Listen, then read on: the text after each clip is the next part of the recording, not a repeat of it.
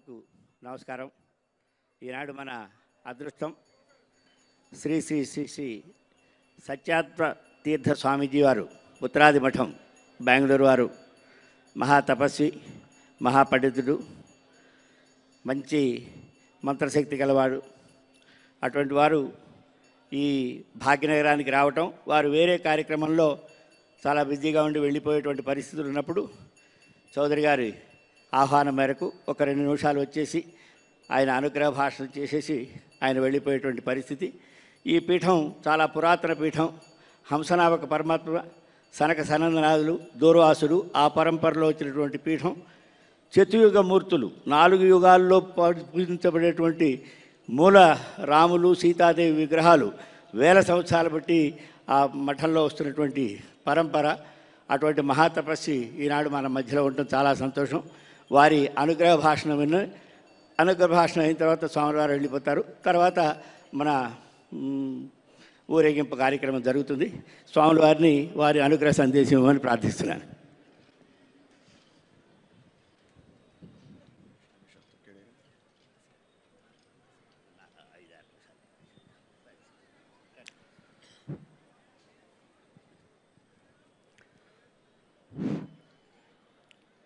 శ్రీ గురుభ్యో నమః. హరి ఓం. యత్పదం వేద సంవేద్యం కటాక్షేణాపి వీక్షితుం న క్షమంతే విమతయస్తముపాసే శ్రియః పతిం. మయి స్థితో మదంగేషు స్వతంత్రో వ్యాప్తవాన్ హరిః స విష్ణుశ్చాస్వతంత్రం మాం స్వేచ్ఛయా వర్తయత్యజః. స్వాత్మనస్తస్య పూజా స్యుః మనోవాక్కాయవృత్తయః. మమైతాః ఇతి కర్తారం ఉద్దేశ్యంచ హరిం స్మరేత్. ధర్మవిజ్ఞానవైరాగ్యపరమైశ్వర్యశాలినః ఆనందతీర్థభగవత్పాదాన్ వందే నిరంతరం. ఆనందతీర్థోపదిష్టో నిధిర్నారాయణః ప్రదర్శితో येन सम्यक् जयतीर्थं तमाश्रये. सत्याभिज्ञकराब्जोत्थान् पञ्चाशद्वर्षपूजकान् सत्यप्रमोदतीर्थार्यान् नौमि न्यायसुधारतान्.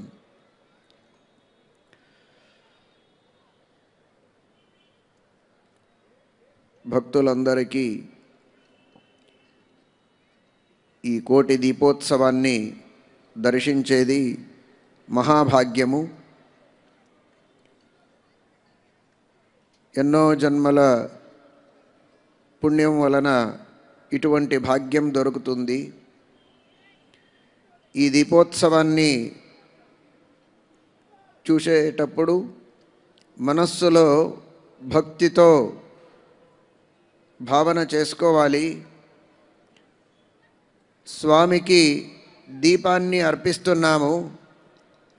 ఇది ఆ స్వామికి ప్రకాశం లేదు అని మనం అర్పించేది కాదు. భగవంతునికి అనంతమైన ప్రకాశం ఉంది.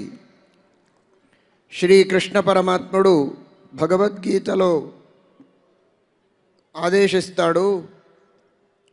యదాదిత్యగతం తేజః జగద్భాసయతే అఖిలం యచ్చంద్రమసి యచ్చాగ్నౌ తత్తేజో విద్ధి మామకం.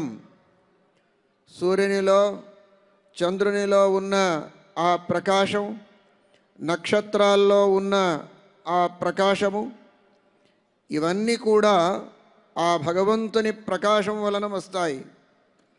భగవంతుడే స్వతంత్రంగా అనంత ప్రకాశం కలిగినవాడు. అటువంటి స్వామికి మనం దీపార్చనం, దీపోత్సవం ఇవన్నీ చేసేది ఎందుచేత అంటే మనకు ఇటువంటి ప్రకాశాన్ని అనుగ్రహించినాడు అని స్మరించి కృతజ్ఞతలను అర్పించడానికి. ఇటువంటి ప్రకాశాన్ని ఆ భగవంతుడు మనకు అనుగ్రహించినాడు. మనకు విశేషంగా జ్ఞానప్రకాశాన్ని కూడా ఆ భగవంతుడు అనుగ్రహించుగాక అని ప్రార్థించడానికి కూడా ఈ దీపోత్సవాన్ని చేయాలి. దీపము అంటే ప్రకాశము, ప్రకాశము అంటే జ్ఞానము. దీప సంయోజన జ్ఞానం. దీపాన్ని వెలిగిస్తే మనకు భగవంతుడు జ్ఞానాన్ని కటాక్షిస్తాడు. అందువలన భగవంతునికి ఆ దీపారాధనం చేయవలెను. అజ్ఞానము, అంధకారము, మోహము, కామ క్రోధ లోభ మోహం ఆశ్చర్యాలు ఇవన్నీ కూడా అంధకారం ఉన్నట్టు. ఇంటి దోషములను నశింపచేసి మనకు శ్రేష్టమైనటువంటి జ్ఞానము, వైరాగ్యము, భక్తి ఇటువంటి ప్రకాశాన్ని ఆ భగవంతుడు మనకు విశేషంగా ఇచ్చుగాక అని మనం ప్రార్థిద్దాం. ఈ దీపోత్సవాన్ని చేసేటప్పుడు భగవంతుడు మనకు చేస్తూ ఉన్న ఉపకారములు అనంత ఉపకారములు. మనకు తినడానికి తెలుసు, తిన్న తర్వాత ఆహారం మన కడుపు లోపల ఎలా జీర్ణమవుతుంది, పచనం చేసేవాడు ఎవడు మనకు తెలియదు. మన ఈ దేహం ఒక యంత్రం ఉన్నట్టు. ఈ యంత్రాన్ని నిర్మించినవాడు ఆ స్వామి. తల్లిదండ్రులు ఈ దేహాన్ని నిర్మించడానికి నిమిత్తులవుతారు. వారికి ఈ దేహమనందు ఏముంది, ఎలా నిర్మించాలి తెలియదు. ఒక చిన్న రోగం వచ్చినా, ఇబ్బంది వచ్చినా, దగ్గు వచ్చినా వైద్యుల దగ్గర వెళ్ళి అడుగుతారు, నాకేమైంది, మా పిల్లలకు ఏమైంది అని అడుగుతారు. కానీ వీరికి ఈ దేహమునందు ఉన్న రోగములు ఎలా వస్తాయి, ఎలా సిస్టమ్ ఉంది, దాన్ని ఎలా సరి చేసుకోవాలి తెలియదు. ఇటువంటి వారికి ఈ దేహాన్ని నిర్మించే సామర్థ్యం సర్వథా లేదు. అయితే భగవంతుడు ఇటువంటి దేహాన్ని నిర్మించడానికి తల్లిదండ్రులను నిమిత్తులుగా చేసి తనే నిర్మిస్తాడు. అటువంటి అనంత జీవులకు దేహములను ఇచ్చిన ఆ మహాస్వామి మహాప్రభు ప్రతి ఒక్క క్షణమునందు మనకు ఈ దేహమునందు ఎన్నో కోట్ల క్రియల ప్రవర్తన జరుగుతూ ఉంటుంది. ప్రతి ఒక్క సెల్లు మన ఈ దేహమునందు పనిచేస్తూ ఉంటుంది.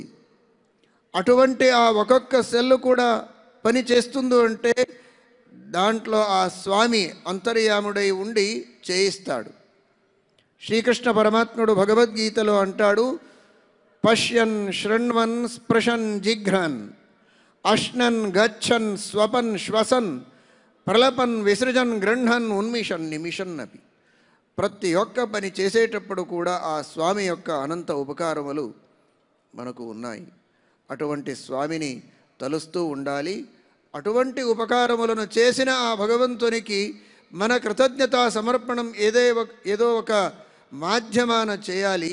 ఆ మాధ్యమం పుష్పార్చనం, దీపోత్సవం, ఇటువంటి శ్రేష్టమైనటువంటి మాధ్యమాలతో ఆ భగవంతునికి కృతజ్ఞతలను అర్పించాలి. మీరందరూ కూడా చాలా భక్తితో, శ్రద్ధతో ఇక్కడ వచ్చి ఉన్నారు.